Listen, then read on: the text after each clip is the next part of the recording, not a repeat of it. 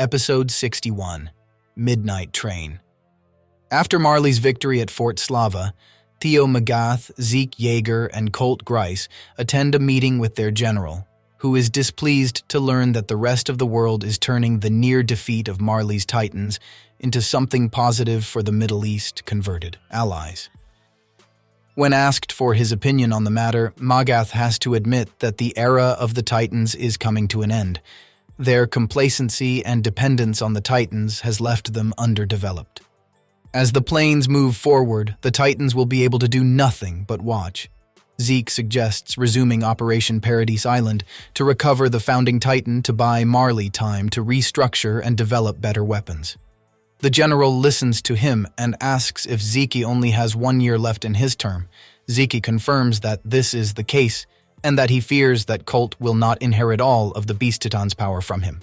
Before his term ends, Zeke wants to make amends for his failure on Paradise Island 4 years ago.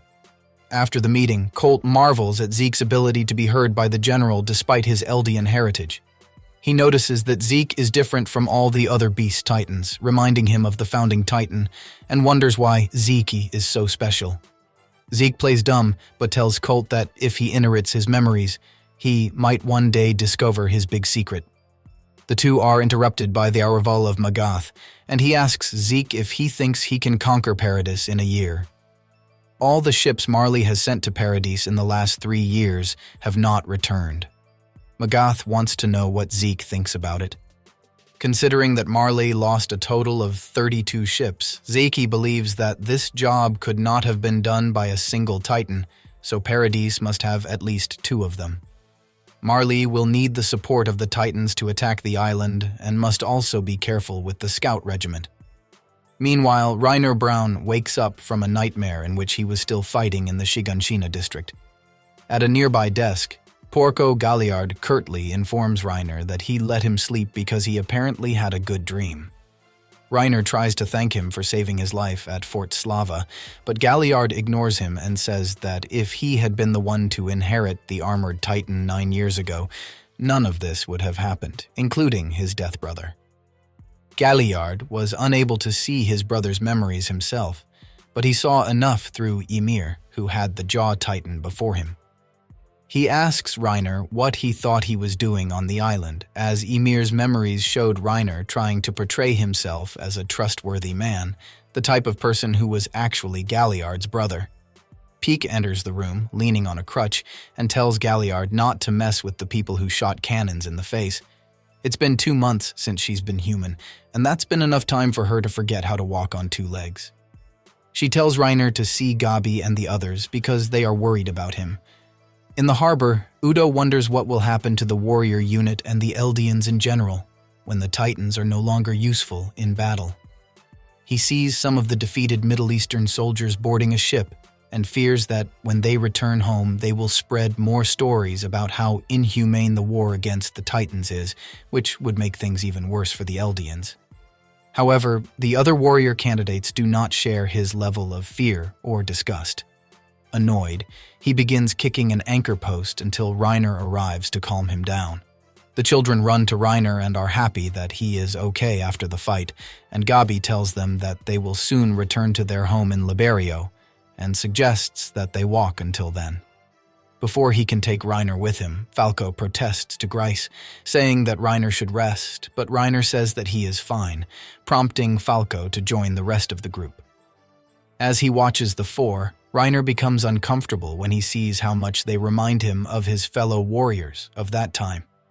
That night, on the train ride back to Liberio, a drunken Colt and the surviving Eldian soldiers praise Gabi for her contribution to the destruction of the armored train during the Battle of Fort Slava.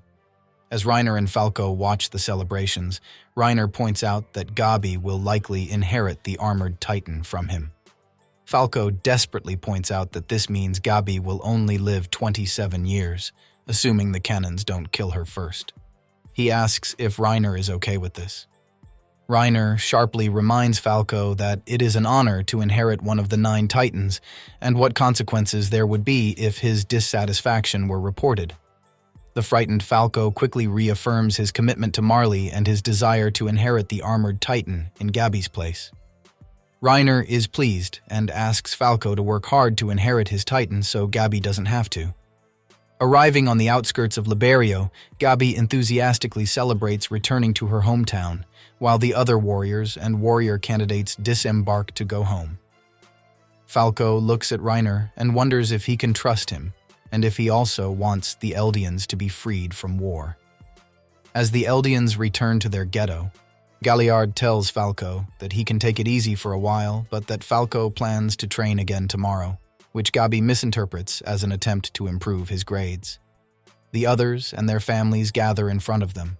Zeke is reunited with his grandparents, who are proud of him, although Zeke says he hasn't done enough yet. Reiner and Gabi are greeted by their families, and Falco is distracted by the sight of a large number of wounded Eldians being led away. Koslo explains to Falco that the war traumatized her. While Koslo happily begins tormenting the soldiers with a bombing drill, Falco tries to help those caught in the shock by helping a soldier who is wearing his Eldian bracelet on the wrong arm. Later, Reiner and his family have dinner at his house. Gabi tells how she destroyed the armored train alone, and Reiner's mother, impressed, asks her son if he wants to become a warrior. Reiner assures him that he will almost certainly inherit the armored Titan. His mother rejoices when she learns that a second member of her family will become a warrior, pointing out that the only thing keeping her from happiness are the residents of Paradise Island. This leads to a question from his uncle about the island. Although Gabi says that Reiner doesn't want to talk about his experiences on the island, even if they weren't secret, Reiner says that he can tell them a few things. Presenting his story as something they want to hear and consistent with Marley's propaganda rather than how he experienced it, begins with a story about how each was more desperate than the next. An Eldian who she had eaten a stolen potato. She was attending the commencement ceremony and tried to bribe her teacher when she was caught. He describes the people he met during his stay on the island. An idiot who forgot why he was going to the toilet, an insincere idiot who only thought about himself, and a fool who only cared about what other people thought. Reiner specifically mentions a determined Eldian who led the way and all the fools who followed him. He concludes by saying that all kinds of people were there, which made his days a real hell. Gabi is baffled by Reiner's decision to describe the people of Paradise Island as all kinds of people, even though they are all evil. Realizing the implications of Reiner's statement, Reiner's mother quickly agrees and reminds him that the devils on the island have turned their world into hell. It's up to good Eldians like them to ensure that the people of Paradise never leave their island. The next day, Reiner and Gabi walk through the streets of the Liberio internment camp. She tells him that her mother noticed that he had changed since he returned from the island. Reiner tries to explain it as a natural change since he left when he was 12 and came back as a grown man, but Gabi suspects he's lying. Zeke holds a meeting of the warriors and colts in his room. Galliard asks where the Marleyan officers are, and Zeke indirectly tells him that they are not in this room and asks why they can't just meet for tea. Despite the casual pretense of their meeting, Zeke makes it clear that they must obtain the resources of the founding Titan and the island of Paradise in order to secure the future of Marley, and therefore the future of the Eldians living on Marley. Someone has to sell the story of the Paradise threat, and Zeke says it will be the Tiber family. They own the Titan Warhammer and were instrumental in driving out King Fritz during the Great Titan War. The world would listen, but Galliard is skeptical about why they would want to go out and play this role. Unlike most Eldians, they live well in huge mansions. Zeke understands Galliard's point but says that the Tybur are also worried about Marley. He further explains that there will soon be a festival in Liberio, to which dignitaries from abroad will be invited. The Tiber will announce the plan to conquer Paradise there. In another room, the Marleyan officers take note of the warriors' conversation. Most of them have no complaints about the warriors' words, but Magath points out that Zeke mentioned that the bosses were not in this room, which may have given the others a clue that their conversation was being monitored, which Reiner seems to have done by accident. He concludes, looking suspiciously at the record player, mentally repeating, "Not in this room," as he leaves. The next day, Reiner watches Gabi and Falco training and thinks about whether he should return to Paradis Island.